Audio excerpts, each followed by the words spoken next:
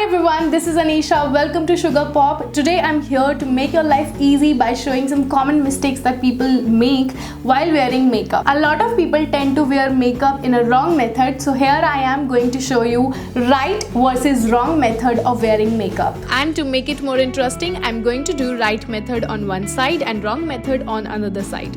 First step is primer. Most of the people take good amount of primer and start massaging into the skin, which can make it disappear, whereas the right method is to take small amount of primer and gently spread it evenly over your face, focusing on areas with enlarged pores. Next step is foundation. Using too much foundation or not blending it properly can lead to a cakey appearance. Also, not matching the shade to your skin tone can result in an uneven or unnatural look.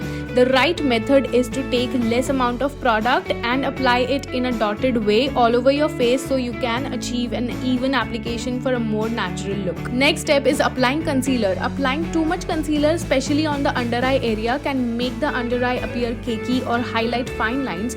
Also, not blending it well can create a noticeable contrast with the rest of your makeup. Correct method is to apply concealer in a shade close to your skin tone. Use a small amount, focusing on areas with blemishes, dark circles or redness. Blend gently with a makeup sponge or brush for seamless look. After applying foundation and concealer, it's time for a compact powder. Using too much product in a powder puff can result in a chalky or ashy look. Although I personally like to blend the concealer again to get rid of any creases before setting the makeup with a compact powder. Also, I like to focus on areas prone to shine like the T-zone. Next is blush. Applying blush too low on the cheeks or using a heavy hand can make your makeup look unnatural, whereas the correct method is to smile to identify the apples of your cheeks. Then apply blush in a gentle upward motion. Use a light hand and build up the color gradually. Then comes the eyeliner. Applying eyeliner too thick or unevenly can make your eyes appear smaller. For a precise eyeliner application, use short controlled strokes for better control and consider the thickness based on your preference. Finish with a slight flick for a classic winged look if desired. Applying kajal too heavily on the waterline can lead to irritation. For a softer look, apply kajal only on half of your waterline. Next is mascara. Applying mascara with a heavy hand can lead to clumpy lashes. For a nice and clean look, curl your lashes first, then apply the mascara in thin, even coats.